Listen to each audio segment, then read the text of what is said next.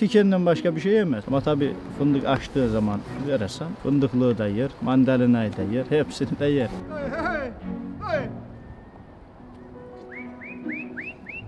Kademe kademe yukarı doğru gidiyoruz.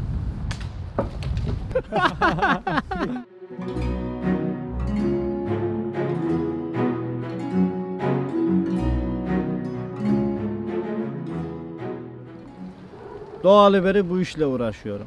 Yani doğduğumdan beri bildim bileli biz malcıyız. Dededen babadan kalma.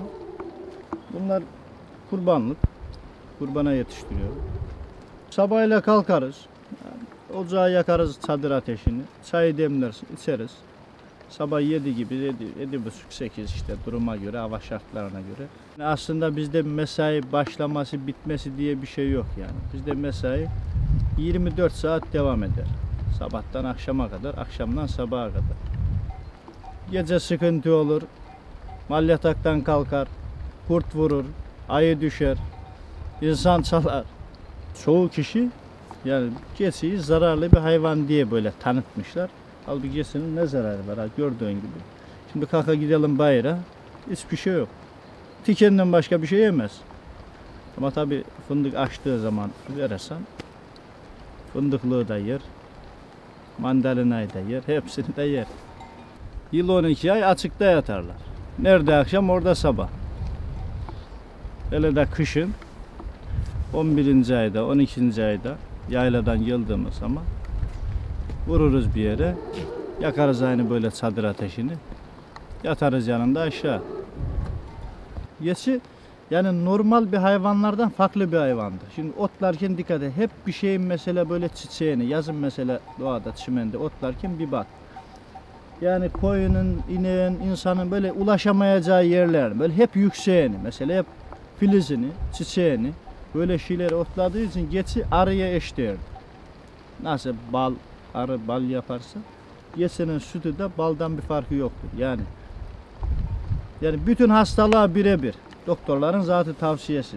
Yani ormana da mesela geçi mesela yasaklanmıştır. Sonradan ne oldu? Orman geçi mesela yangınları önlüyor. Yani ormandaki o gittiğinde o yaktığı yollar, işte ağacın altındaki temizlemesi orman yangınlarını azaltıyor. Yani geçi ormana serbest. 4-5 sene önce herhalde. Ben şurada çadır yapmıştım. Yine aynı keçi burada yatayım. Ya sabahtan kalktım, çadırın kapısını açamayırım. O hazır kurma çadırlar vardı, onlardan kurmuştum buraya. Çadırın kapısını açamayırım. Dışarı bir çıktım ki bir kar yağmış burada.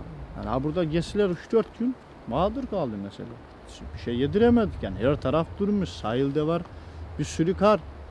Yani yollar her taraf, ulaşım kapanmış.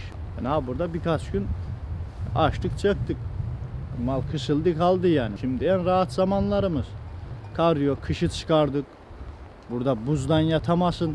Malın yanında buz yapar, soğuk yapar ki yorganın altında soğuktan uyanırsın. Şimdi ben bunu mesela burada yatırmamın sebebi ne? Bak, yağdığı zaman hayvanın üstüne yağmayın.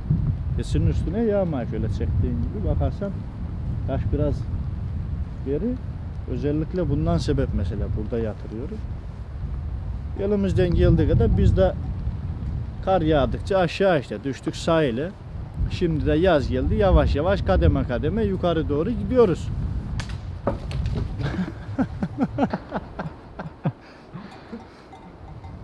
Düştü ha. Kayadan parça koptu. Taş biraz sanki üstümüze gelecek gibi ama sıkıntı yok. Biz bunların uğruna hepsini göze aldık.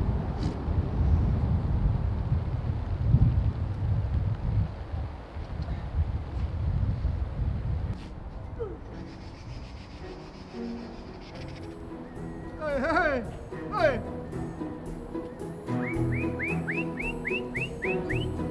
Hey.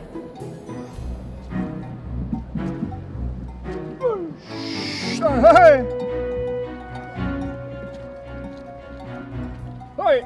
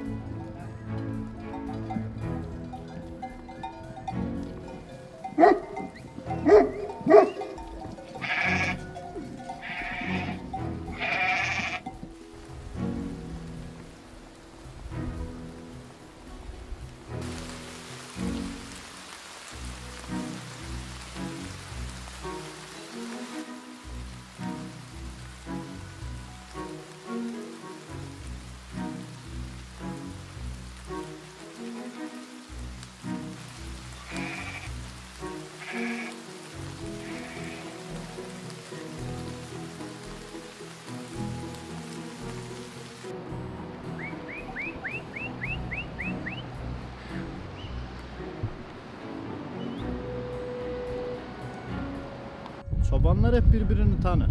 Yani bir şey olsa yardımlaşırlar yani her türlü. Çobanlar tek değildir.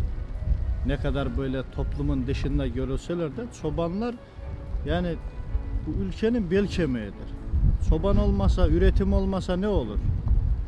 Ben şimdi kurbanlık beslemesem, yetiştirmesem, üretmesem, kurbanlık satmasam ne kasapta et olur, ne sen kurban kesebilirsin. Yani bu ülkenin çobana ihtiyacı var, üretime ihtiyacı var, bize ihtiyacı var. Ama toplum dışında tabii çobanız, bir şeye yaradığımız yok. Memur değilik ya.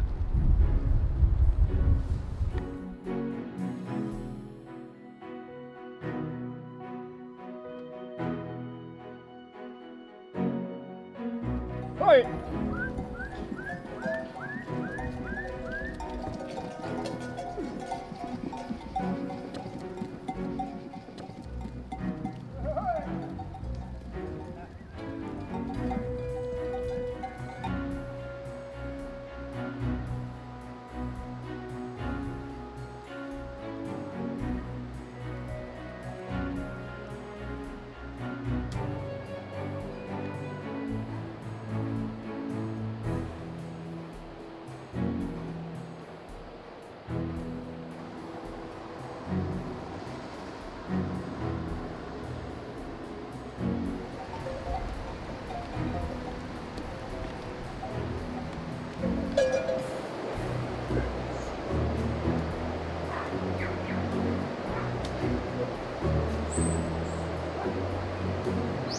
Bu işte çoban niye yok?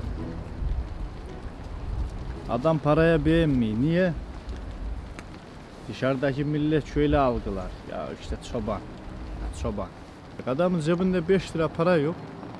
Senin verdiğin 3.000 liraya, 4.000 liraya beğenip seninle gelip çobanlık etmez. Niye? Derler ki çoban. Bu yüzden çoban yok.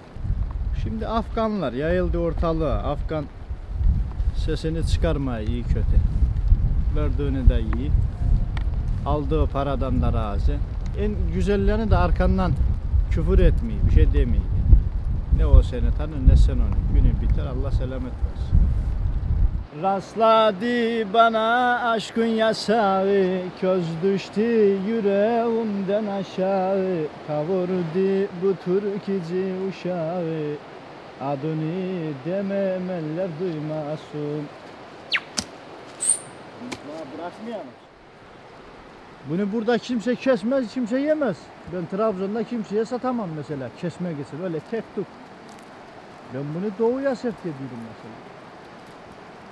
Doğu olmasa bunun etinin tadını bizim buranın insanı bilmez, yemez. Sorsan kokar. Bu işi olan adamı olması lazım yanında. Ama kendi bağında. El adamıyla olmaz, çobanlı olmaz.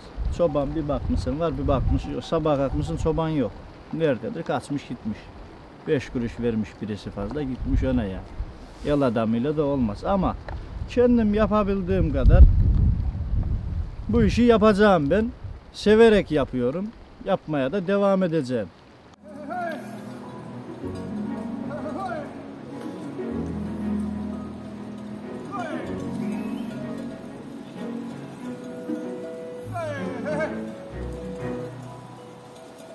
Hadi bak Ramazan.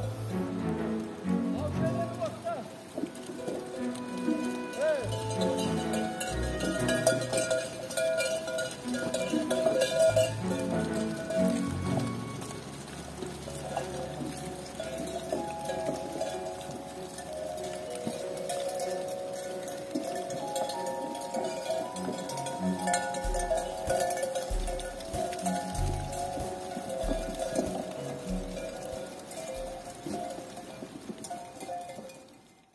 Sen üşüdün ha buraya gel.